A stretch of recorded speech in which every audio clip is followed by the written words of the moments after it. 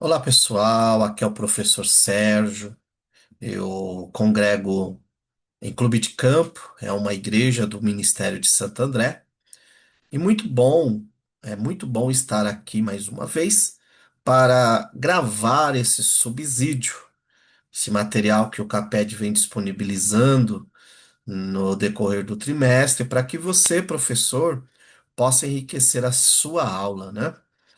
Esse trimestre, na lição dos jovens, escrita pelo irmão Vitor, estamos estudando o discipulado a partir do livro do Apocalipse. E tem sido aulas muito edificantes, né? Temos aprendido bastante. E com certeza a videoaula de hoje também contribuirá bastante a fim de que possamos entender o que Deus quer de nós no discipulado. Então, quero compartilhar aqui com vocês um pouco dos slides, né, que, é, que servem de subsídio para a aula de hoje. Inclusive, eu os compartilhei, né? Compartilhei com vocês nos grupos. E peço que essa videoaula, assim que estiver disponível no canal do Caped, você possa compartilhar, você possa dar um like, você possa comentar, a fim de que esse material alcance o maior número de pessoas possíveis. Porque essas lições têm sido uma bênção, né? No decorrer desse trimestre. Então, a igreja de Laodiceia, ela é um case, né? Um estudo de caso sobre os perigos da mornidão espiritual e uma fé sincretista. Então, Cristo oferece restauração através de um relacionamento autêntico e profundo, fundamental para a eficácia do discipulado dentro da perspectiva do reino de Deus, né? Então, se nós queremos aí ter sucesso, precisamos ter essa compreensão, ok? Então, na lição passada, nós estudamos aqui, nós percebemos que a igreja de Filadélfia, ela foi uma igreja elogiada, né? Elogiada pela sua fidelidade, elogiada pela sua obediência. Ela é uma igreja que na fraqueza encontra um meio de graça, né? Na sua fraqueza ela encontra força. E ela não nega o nome de Cristo. A igreja de Laodiceia, tal como a sua cidade, a cidade de Laodiceia, ela é uma igreja autossuficiente, ela é uma igreja caracterizada pela mornidão espiritual e ela é uma igreja caracterizada pelo sincretismo, né, pela mistura. É muito interessante que fica muito claro para nós quando estudamos, quando pesquisamos nas grandes enciclopédias, e o próprio Barclay, no seu comentário bíblico, vai dizer que Cristo comunica verdades espirituais para essas igrejas a partir de uma perspectiva do contexto que elas estão inseridas em suas cidades. Então, note que as igrejas terminam refletindo muito do que da sua cidade, da localização que elas estão inseridas, né? Laodiceia e Filadélfia, duas cidades que sofreram por terremotos. No entanto, Filadélfia, uma cidade mais dependente de Roma, né? É, e isso faz com que o próprio pessoal de Filadélfia seja mais submisso a Roma, né? Dependa mais de Roma e do subsídio. Isso termina refletindo na igreja no sentido de que a igreja entende que ela precisa ser submissa a Cristo. Já Laodiceia, é muito interessante que em 61 depois de Cristo, quando teve ali um grande terremoto, ela, devido às suas riquezas, se reconstrói sozinha, sem os recursos vindos de Roma. Então, isso faz com que a cidade tenha esse sentimento de autossuficiência, de riqueza, né? Haviam coisas ali, claro, que contribuíam para esse sentimento. No entanto, nós percebemos que isso termina refletindo dentro da igreja também, né? E é um perigo quando isso entra para a igreja. Então, qual o contexto da cidade de Laodiceia e como que Cristo aplica o contexto da cidade para dentro da igreja, né?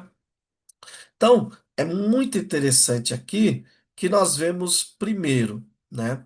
Nós vemos um Cristo que é, fala com aquela igreja e reconhece que ela é uma igreja rica. Jesus não vai dizer que ela é pobre, não. Materialmente falando, ela é rica. Espiritualmente, que ela é pobre. Mas um pouquinho da cidade, do contexto, né? Então, Laodiceia destacava-se como um centro comercial vital na Ásia Menor. A sua localização estratégica ali no Vale do Rio Lico, que a colocava entre Colossos e Herápolis, impulsionou sua notável prosperidade e riqueza, né? Outra coisa, Laodiceia ficava no entroncamento de três grandes estradas, o que contribuiu para que a cidade prosperasse. Era uma rota comercial, né? Quais os pilares dessa riqueza? Primeiro, um centro bancário proeminente, a sua lã preta fina de alto valor. A cidade era famosa devido à fabricação de sua lã, que era utilizada em roupas, tapetes. Uma escola de medicina voltada à oftalmologia, e o Barclay vai dizer que essa escola era ligada ao templo do deus da cura Asclépio, e eles produziam um tipo de uma pomada para o ouvido e produziam um colírio, uma obra-prima que era utilizada no colírio. Então, todas essas questões, um centro bancário, a estância hidromineral de águas mornas, águas que eram consideradas ali valiosas em certo sentido no quesito de estâncias, né, para banho. Tudo isso tornava essa cidade muito rica. Só que ela era, espiritualmente, a igreja era pobre, né? Então, a autossuficiência e a arrogância da cidade de Laodiceia terminou refletindo na mentalidade das pessoas e automaticamente na mentalidade dos membros daquela igreja, né?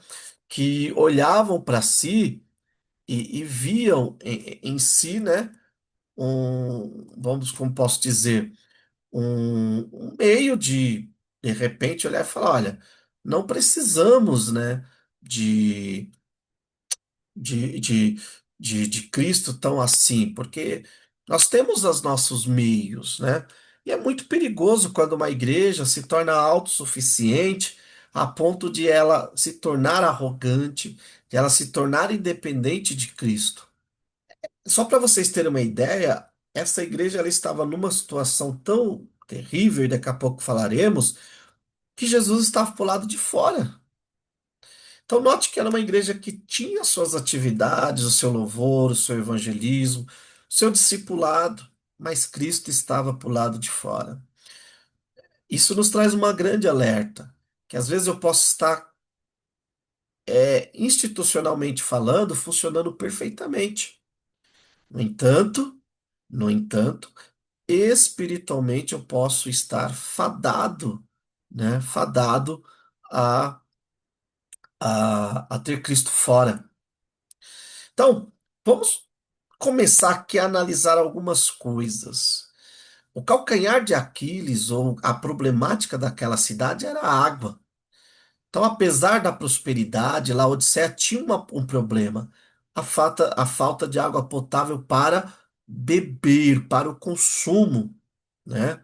Então, é, é muito interessante que Hierápolis trazia águas termais, águas quentes, enquanto que Colossos abastecia a cidade com água fria.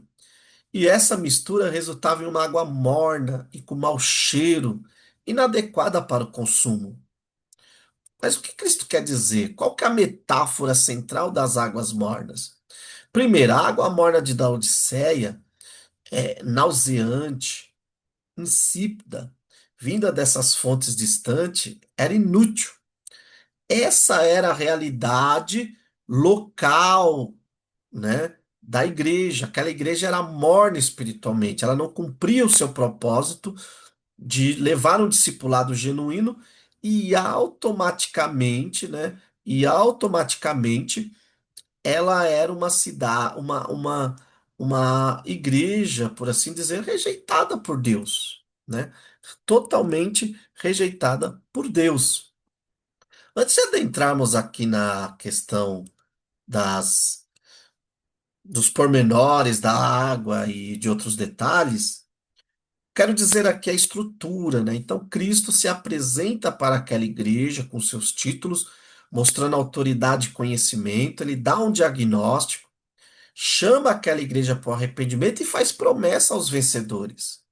Então, vamos para os títulos. Nós temos dois títulos importantes aqui, o Amém. Esse título, provavelmente ele tem origem em Isaías 65:16. Você lembra que nós vemos sempre falando aqui que para entender o Apocalipse eu preciso entender o Antigo Testamento? Então, lá em Isaías 65:16, o versículo vai chamar Deus de o Deus verdadeiro, ou Deus do Amém, ou Deus que conhece a verdade. Então, o Amém, ele personifica a fidelidade divina e o cumprimento de sua promessa, né? Então, isso ressoa com a busca por fundamentos sólidos e a crítica à superficialidade intelectual. Aquela igreja, ela precisava se estabelecer na verdade que era Cristo. Até então, ela estava baseada, ela estava é, adentrando ou embasada ou fundamentando a sua fé em algo inconstante, em algo que não tinha fundamentos sólidos. E o amém aqui é o primeiro chamado, né? Cristo também se apresenta como a testemunha fiel. Testemunha fiel, né, desvela a autoilusão laodiceana, e expõe a profunda pobreza espiritual da igreja, mascarada por uma aparente prosperidade material, né? Então, esta revelação confronta a complacência, exigindo autoconsciência e arrependimento genuíno, ok? Cristo também é apresentado como o princípio da criação. Esse princípio da criação, a palavra princípio no grego é arre, significa começo, origem. Isso, obviamente, não traz o sentido de que Cristo é a primeira criatura, como afirmam alguns grupos. Não. Pelo contrário, o texto quer dizer que Cristo é a fonte de toda a criação, porque ele é eterno, né? Então, é importante também perceber que esse texto, o princípio da criação, também tem relação com Isaías 65. Porque no versículo 17 e 16, após falar do Deus do Amém no 16, no 17 fala sobre a criação do novo céus e da nova terra. Portanto, Cristo está se apresentando como a fonte da nova criação, a fonte daquilo que de uma restauração para uma cidade que sofria com um problema natural tão sério que era a água. Cristo está dizendo: olha, eu sou o princípio da criação, só eu posso restaurar, né? Já é um convite à restauração. E outra coisa, como criador, toda a criação depende dele. E aquela igreja, ela na sua presunção, na sua soberba, se acha absoluta, né? Ela está tão mergulhada na sua institucionalização que ela esquece de que espiritualmente ela está morta. Ela não faz parte do corpo de Cristo. Então vamos para o diagnóstico. Nós temos aqui 5 pontos nesse diagnóstico. Primeiro, a mornidão espiritual, né? Isso impede uma ação eficiente e revigorante. Aquela igreja não curava mais, aquela igreja não saciava mais. Então, a metáfora da água morna revela uma espiritualidade sem fervor, sem propósito. Quantos de nós vivemos um fervor sem propósito? Um fervor que nos leva à autoilusão de suficiência e rejeição divina, né? Então, a mornidão também fala de uma espiritualidade mista. Por quê? Porque o que tornava as águas mornas ali em Laodiceia? A mistura do frio e do quente. Então, a mornidão laodicena reflete uma fé sincretista, onde valores divinos se mesclam a ambições materiais. Isso dilui a essência da mensagem cristã, comprometendo a relevância e o testemunho da comunidade. As águas mornas também falam de uma outra questão. Aquela igreja não era mais útil. As águas, daqui a pouco nós adentraremos melhor nisso, mas só um detalhe, né? Enquanto aquelas águas mornas não serviam para nada, as outras duas serviam. Mas vamos falar aqui desses dois detalhes, desses três detalhes, e depois nós voltaremos nas águas mornas, né? Aquela igreja se gabava de ser rica. É muito interessante que há uma teologia muito popular no Brasil chamada Teologia da Prosperidade, onde muitos crentes imaginam que ter um carro, que ter uma conta cheia de dinheiro, isso é muito bom, viu, meus irmãos? Mas isso é a prova de que minha vida cristã está bem. E não, a prosperidade material de Laodiceia não era um sinal da bênção de Deus, pelo contrário, aquilo distraiu de tal maneira aqueles cristãos que eles eram materialmente ricos, mas aos olhos de Cristo eram infelizes, miseráveis, pobres, cegos e nus. Isso é muito sério, né? Cristo também vai falar que eles precisam comprar o ouro refinado pelo fogo. Então, materialmente era rica, mas espiritualmente era pobre. E esse ouro refinado, em outras palavras, diz: ó, corre atrás de Cristo, vem para Cristo, porque só Ele pode dar a verdadeira riqueza. As vestes brancas simbolizam a justiça, né? É interessante que a cidade se orgulhava de sua lã escura e de suas vestes feitas com aquela lã. Mas apesar disso, os cristãos de Laodiceia estavam nus e necessitavam de roupas brancas. Muita, talvez não tinha valor para o mundo, mas para a eternidade um valor profundo, porque eram roupas compradas né, de Cristo.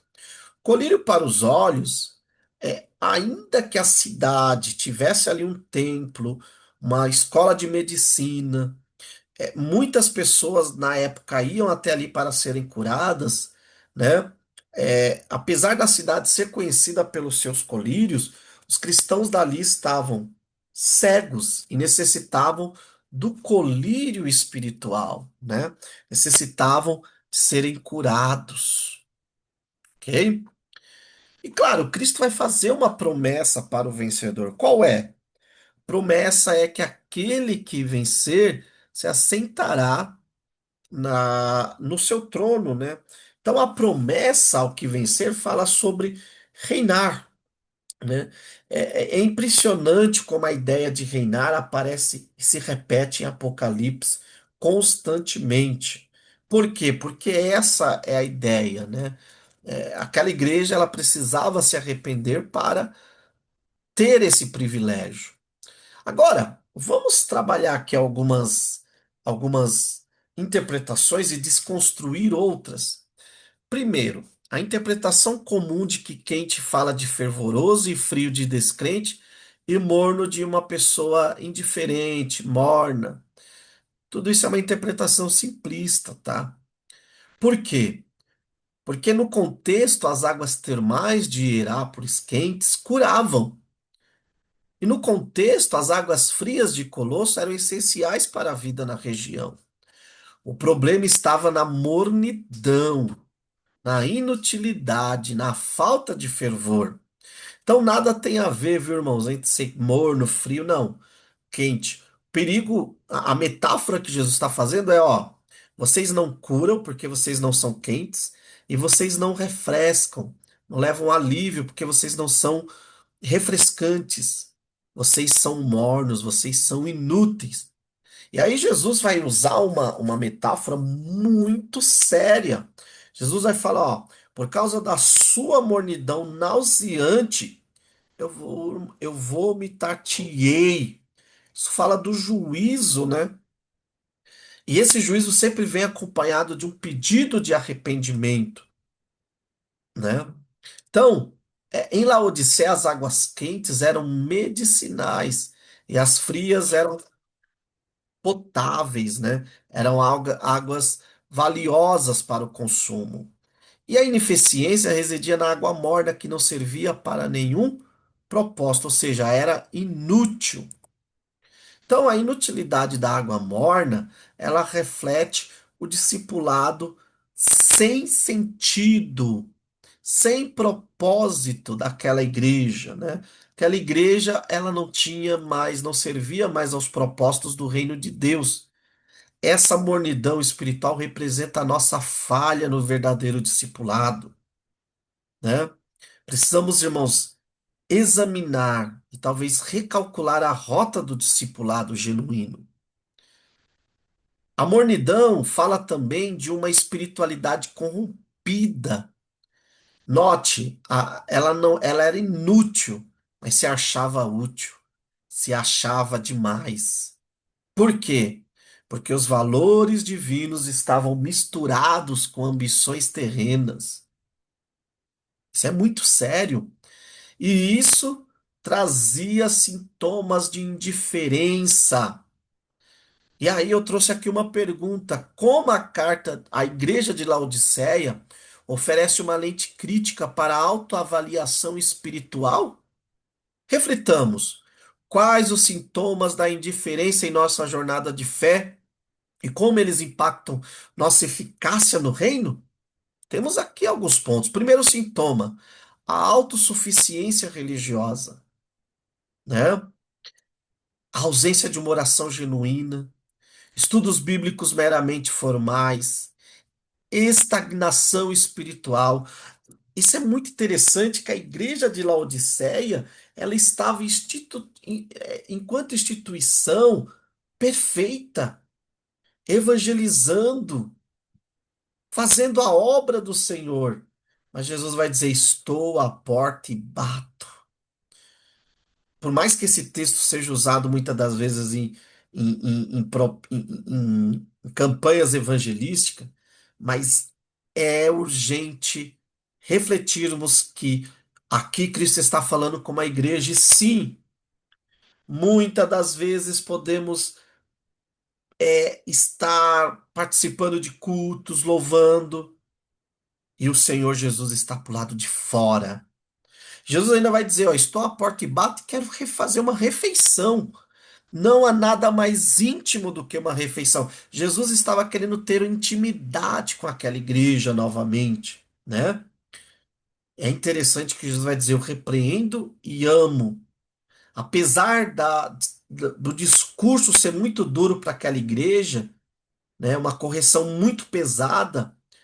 Ao mesmo tempo, essa carta à Laodiceia é a que mais podemos ver a graça de Cristo no convite para cear, no convite para entrar. Irmãos, isso é um convite para nós pensarmos como está a realidade de nossas igrejas, né? Dos nossos discipulados. Os valores misturados. Então, a fé morna, ela simboliza valores sincretistas, onde se mistura a fé com ambições mundanas. E aí nós poderíamos falar de muitas coisas, quantos caminhos errados às vezes, enquanto instituição a igreja trilha por reconhecimento, por prosperidade material, e tudo isso vai corrompendo a verdadeira motivação e comprometendo a pureza e integridade espiritual da igreja. E o terceiro sintoma aqui, que é a ineficácia espiritual. Então, a mornidão espiritual ela resulta em ineficiência. Então, assim como as águas mornas de Laodiceia tornavam aquela cidade inútil, uma fé apática não produz fruto significativo, não produz um discipulado significativo. E essa lição, ela é um convite para nós pensarmos se a nossa justiça, se o nosso evangelismo está sendo de fato eficiente, né? Se espiritualmente somos relevantes para o contexto que estamos inseridos. Então, meus irmãos, note que temos aqui grandes desafios, né? Grandes desafios para o nosso, o nosso evangelismo. E eu quero concluir essa videoaula dizendo: assim como Cristo convidou aquela igreja a não ser, né, irrelevante, inútil, apesar da atividade religiosa, nós também somos convidados, enquanto igrejas, a não a participar do corpo e e das atividades, mas sempre ligadas ao corpo de Cristo. Espero que Deus possa continuar falando ao seu coração e que no nome de Jesus você possa ser muito abençoado por essa videoaula. Deus abençoe e até a próxima.